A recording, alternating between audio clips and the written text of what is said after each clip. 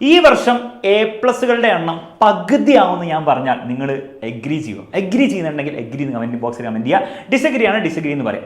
ഇനി റിയാലിറ്റി എന്ന് വെച്ചാൽ പകുതിയാവും എന്നുള്ള കാര്യം എനിക്ക് പറയാൻ പറ്റില്ല. പക്ഷെ എന്തായാലും ഈ വർഷം എ പ്ലസുകളുടെ എണ്ണം കുറയും. ഇതിന് വളരെ സോളിഡ് ആയിട്ട് റീസൺസ് ഉണ്ട്. പക്ഷെ ഒരു കാര്യം ഞാൻ പറയാം, എ പ്ലസുകളുടെ എണ്ണം ജനറലി കുറയെങ്കിലും നിങ്ങൾക്ക് നിങ്ങളുടെ എ പ്ലസ് കിട്ടിയാൽ പോരെ. അത് കിട്ടാൻ വേണ്ടിയിട്ട് എന്തൊക്കെ ചെയ്യണം എന്നുള്ള കാര്യം ഈ വീഡിയോയിൽ തന്നെ ഞാൻ പറഞ്ഞുതരാം. എന്തുകൊണ്ടാണ് ആദ്യം ഈ എ പ്ലസ് കുറയുമെന്ന് ഞാൻ പറയാൻ കാരണം വെറുതെ അടിച്ചു വിടുന്നതാണോ? ഇല്ല. ഈ വർഷം നമ്മുടെ ഓണം എക്സാം കഴിഞ്ഞപ്പോൾ തന്നെ നമുക്ക് കുറേ ഹിന്റുകൾ കിട്ടിയിട്ടുണ്ട്. അത് എല്ലാ ക്ലാസ്സുകൾക്കും SSLC 9, 8 എല്ലാവർക്കും നിങ്ങളുടെ ക്വസ്റ്റ്യൻ പേപ്പറിൽ തന്നെ കാര്യങ്ങൾ നിങ്ങൾക്ക് മനസ്സിലായിട്ടുണ്ടായിരുന്നു അല്ലേ? ഇനി അതിൽ നിങ്ങൾക്ക് തന്നെ വേണേൽ പറയാൻ പറ്റും എന്തുകൊണ്ടാണ് നിങ്ങളുടെ ഓണപ്പരീക്ഷ നിങ്ങൾക്ക് ടഫായി തോന്നിയത്. പല പരീക്ഷകളും നിങ്ങൾക്ക് ടഫായിട്ട് തോന്നുന്നുണ്ടായിരുന്നു. അതിൻ്റെ റീസൺ എന്താണ്? പാറ്റേണിൽ ചേഞ്ച് വന്നാണോ, ക്വസ്റ്റ്യൻസിന് ഡിഫിക്കൽട്ടി ആണോ, അല്ലെ മറ്റെന്തെങ്കിലും റീസൺ ആണോ? അതും കമന്റ് ബോക്സിൽ നിങ്ങൾ അറിയിക്കുക. കുട്ടികളുടെ ആക്ച്വൽ നിങ്ങളുടെ ഫീഡ്ബാക്ക് എന്താണെന്ന് എനിക്ക് അറിയാൻ ആഗ്രഹമുണ്ട്. ഇനി ഞാൻ മനസ്സിലാക്കിയിടത്തോളം പല കാരണങ്ങളാണ്, ഒരൊറ്റ കാരണം മാത്രമല്ല. അത് എന്തൊക്കെയാണെന്നുള്ള കാര്യം നമ്മൾ മനസ്സിലാക്കേണ്ടത്. കാരണം എന്തൊക്കെയാണെന്ന് വെറുതെ മനസ്സിലാക്കി പോവില്ല. അത് ഇനി ക്രിസ്മസ് എക്സാമിലും അതുവഴി പബ്ലിക് എക്സാമിലും അത് വീണ്ടും അത് ആവർത്തിക്കുമ്പോഴും നമുക്ക് അതിനൊരു സൊല്യൂഷൻ വേണം. ആ സൊല്യൂഷനിൽ വീണ്ടും തന്നെയായിരിക്കും സ്ഥിതി. അപ്പോൾ ആ സൊല്യൂഷൻ നമുക്ക് സംസാരിക്കാം.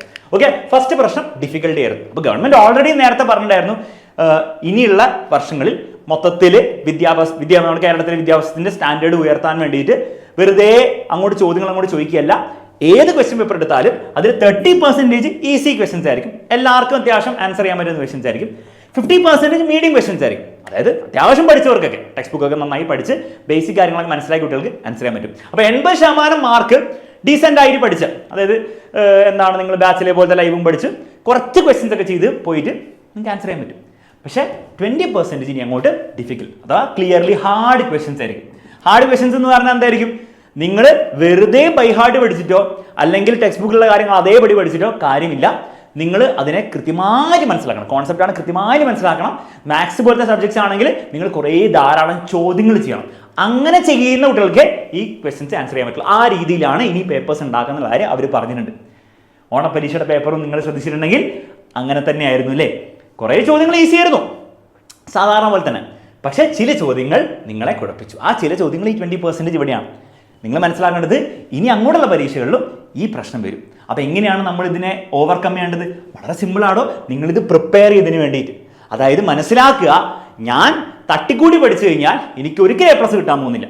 കാരണം തട്ടിക്കൂടി പഠിച്ചാൽ മാക്സിമം ഇത്രയും കിട്ടും, മാക്സിമം അത്രയും കിട്ടും, 80%. അതിന് മുകളിൽ കിട്ടാൻ പോകുന്നില്ല. അപ്പോൾ ഞാൻ എന്ത് ചെയ്യണം? ഞാൻ കോൺസെപ്റ്റുകൾ മനസ്സിലാക്കി പഠിക്കേണ്ട സബ്ജക്ട്സിൽ ഫിസിക്സ്, കെമിസ്ട്രി, മാത്സ്, ബയോളജിയിലൊക്കെ ഞാൻ എന്ത് ചെയ്യണം? കോൺസെപ്റ്റുകൾ കൃത്യമായി മനസ്സിലാക്കണം. ഇനി പ്രോബ്ലംസ് കൂടുതൽ ചെയ്യേണ്ട സബ്ജക്ട്സ് ഫിസിക്സും അതുപോലെ മാത്സിലൊക്കെ പ്രോബ്ലംസ് ഞാൻ കൂടുതൽ ചെയ്യുക തന്നെ വേണം. അതിന് വേറൊരു സൊല്യൂഷനും ഇല്ല. അതല്ലാതെ അത് മനസ്സിലാക്കുകയാണ് ഫസ്റ്റ് സൊല്യൂഷൻ. കാരണം ഇനിയുള്ള പരീക്ഷകൾ ഇങ്ങനെ തന്നെ ആയിരിക്കും. ഫസ്റ്റ് കാര്യം.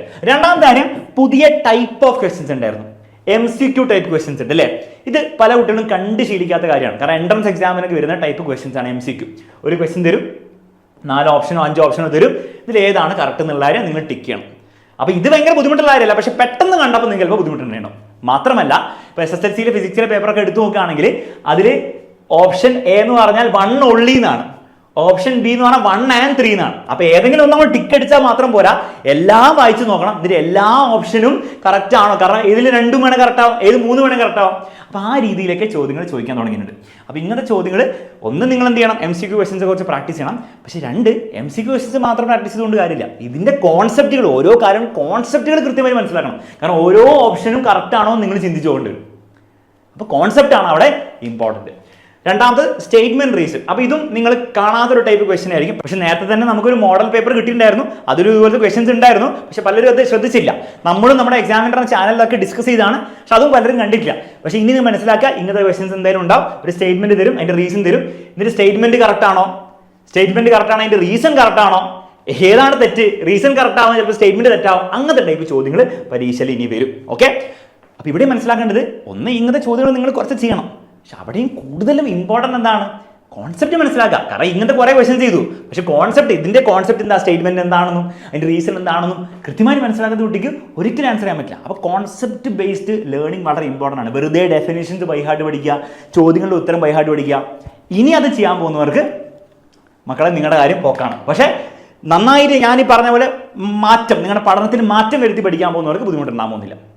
ഇനി ആ മാറ്റം നിങ്ങൾ മാത്രം വരുത്തേണ്ടതല്ല, ടീച്ചേഴ്സും വരുത്തേണ്ട കാര്യമാണ്. അപ്പോൾ നിങ്ങൾ ശ്രദ്ധിക്കേണ്ട കാര്യത്തിലേ ഉള്ളൂ, നിങ്ങൾ ഫോളോ ചെയ്യുന്ന ടീച്ചേഴ്സ് ആരാണെങ്കിലും വിഷയമുള്ള കാര്യമില്ല, പക്ഷെ അവർ കോൺസെപ്റ്റ് നിങ്ങൾക്ക് കൃത്യമായിട്ട് പറഞ്ഞു തരുന്നുണ്ടോ എന്നുള്ള കാര്യം നിങ്ങൾ ചിന്തിക്കുക. എന്താ കോൺസെപ്റ്റ് എന്ന് പറഞ്ഞാൽ, ഒന്നുമില്ല, ഒരു കാര്യം ഞാൻ നിങ്ങളോട് പറഞ്ഞു, ആ കാര്യം ഫോർ എക്സാമ്പിൾ ഞാൻ വല്ല മിറേഴ്സോ ലെൻസോ പഠിപ്പിക്കുമ്പോൾ ഞാൻ പറഞ്ഞു ഒബ്ജക്റ്റ് ഇവിടെ എടുക്കുന്ന സമയത്ത് നമ്മൾ ഒബ്ജക്റ്റിലേക്കുള്ള ഡിസ്റ്റൻസ് നെഗറ്റീവ് ആയിട്ട് എടുക്കുക. അത്രയും ഞാൻ പറയുന്നുള്ളെങ്കിൽ അത് കോൺസെപ്റ്റ് ബേസ്ഡ് ലേണിംഗ് അല്ല. എന്തുകൊണ്ടാണ് നെഗറ്റീവ്?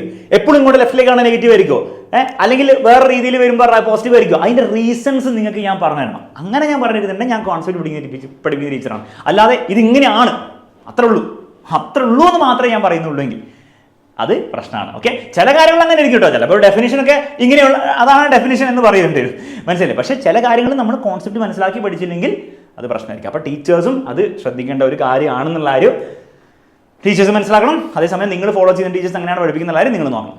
പിന്നെ ടെക്സ്റ്റ് ബുക്ക് ഓറിയന്റഡ് ക്വസ്റ്റ്യൻസ് ഉണ്ടായിരുന്നു. ടെക്സ്റ്റ് ബുക്കിലെ എക്സ്പെരിമെന്റ്സ് അതേപടി എടുത്തിട്ട് അതേപോലത്തെ ചോദ്യങ്ങൾ ചോദിച്ചിട്ടുണ്ട്. അപ്പോൾ ടെക്സ്റ്റ് ബുക്ക് വായിച്ചില്ലെങ്കിൽ ഇനി അങ്ങോട്ട് പ്രശ്നമായിരിക്കും. ഇത് നമ്മൾ പണ്ടേ പറയുന്ന കാര്യം തന്നെയാണ്, പക്ഷേ ഇപ്പോൾ കൂടുതൽ ഇമ്പോർട്ടൻ്റ് ആവുന്നതാണ്. കാരണം ടെക്സ്റ്റ് ബുക്കിൽ നമ്മൾ ശ്രദ്ധിക്കാത്ത ഡെഫിനേഷൻ ഒന്നുമല്ല, ഏതോ ഒരു എക്സ്പെരിമെന്റ് ആണ്. അപ്പോൾ ടെക്സ്റ്റ് ബുക്കിൽ എല്ലാ എക്സ്പെരിമെന്റ്സും ഫിസിക്സ്, കെമിസ്ട്രി, മാത്സിലൊക്കെ അത് നിങ്ങൾ ശ്രദ്ധിക്കണം, വളരെ ഇമ്പോർട്ടൻ്റ് ആണ്.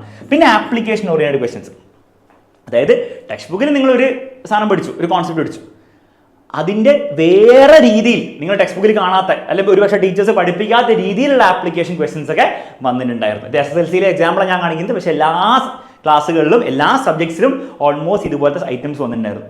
അപ്പോൾ ഇതിനെങ്ങനെ നമ്മൾ തരണം ചെയ്യുക? വീണ്ടും കോൺസെപ്റ്റ് മനസ്സിലാക്കുക ഇമ്പോർട്ടൻ്റ് ആണത്, മനസ്സിലായി. കാരണം കോൺസെപ്റ്റ് മനസ്സിലാക്കി കുട്ടിക്ക് അത് എവിടെ വേണേൽ അപ്ലൈ ചെയ്യാൻ പറ്റും.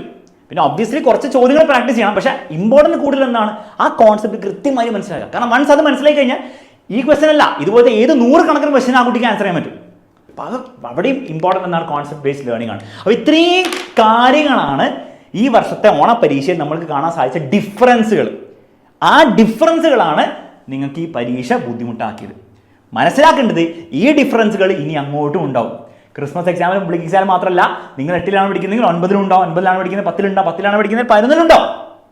അപ്പോൾ ഇതിൽ നിങ്ങൾ ഇനി അങ്ങോട്ട് നിങ്ങളുടെ അക്കാഡമിക് ജേർണിയിൽ കാണാൻ പോകുന്ന പെർമനന്റ് വ്യത്യാസങ്ങളാണ്. ഇനി ഇത് ബാക്കോട് പോകാൻ പോകുന്നില്ല, ഇത് ഇനി മുന്നോട്ടേ പോകാൻ പോകുന്നുള്ളൂ. ഇനി ടഫ് ആവണം തന്നെ, കൂടുതൽ ടഫ് ആവാനുള്ള ചാൻസ് ഉള്ളൂ. അങ്ങനെ ആവാതിരിക്കട്ടെ, പക്ഷെ അങ്ങനത്തെ ചാൻസേ ഉള്ളൂ.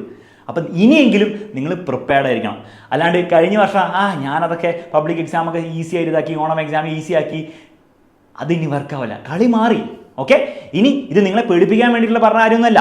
ഇതിൻ്റെ അർത്ഥം ഒരിക്കലും നിങ്ങൾക്ക് ഇനി A+ കിട്ടില്ല എന്നോ അല്ലെങ്കിൽ നിങ്ങൾക്ക് പരീക്ഷയിൽ നിങ്ങൾ തോറ്റുപോവോ ഒന്നുമല്ല. നിങ്ങൾ പഠിക്കുന്ന രീതി നിങ്ങൾ മാറ്റണം. അത് നിങ്ങൾ മാറ്റി കഴിഞ്ഞാൽ നിങ്ങൾക്ക് ഇതുവരെ കിട്ടിയ മാർക്കിനേക്കാൾ ഒരുപക്ഷെ കൂടുതൽ മാർക്കായിരിക്കും കിട്ടാൻ പോകുന്നത്. അപ്പോൾ ആ ഒരു കാര്യം മാത്രം നിങ്ങളൊന്ന് ശ്രദ്ധിച്ചാൽ മതി. അങ്ങനെ ശ്രദ്ധിച്ചു കഴിഞ്ഞാൽ, എല്ലാവരും ശ്രദ്ധിച്ചു കഴിഞ്ഞാൽ ഈ വർഷത്തെ A+കളുടെ എണ്ണം കൂടുകയുള്ളൂ. അങ്ങനെ കൂടണം എന്നാണ് എൻ്റെ ആഗ്രഹം. അത് നിങ്ങളും കൂടെ വിചാരിച്ചാലേ സാധിക്കുകയുള്ളൂ. അങ്ങനെ ആവട്ടെ എന്ന് വിചാരിച്ചുകൊണ്ട്, അങ്ങനെ ആവട്ടെ എന്ന് വിഷ് ചെയ്തുകൊണ്ട് വീഡിയോ എൻ്റെ മറ്റൊരു വീഡിയോയിൽ നമുക്ക് വീണ്ടും കാണാം.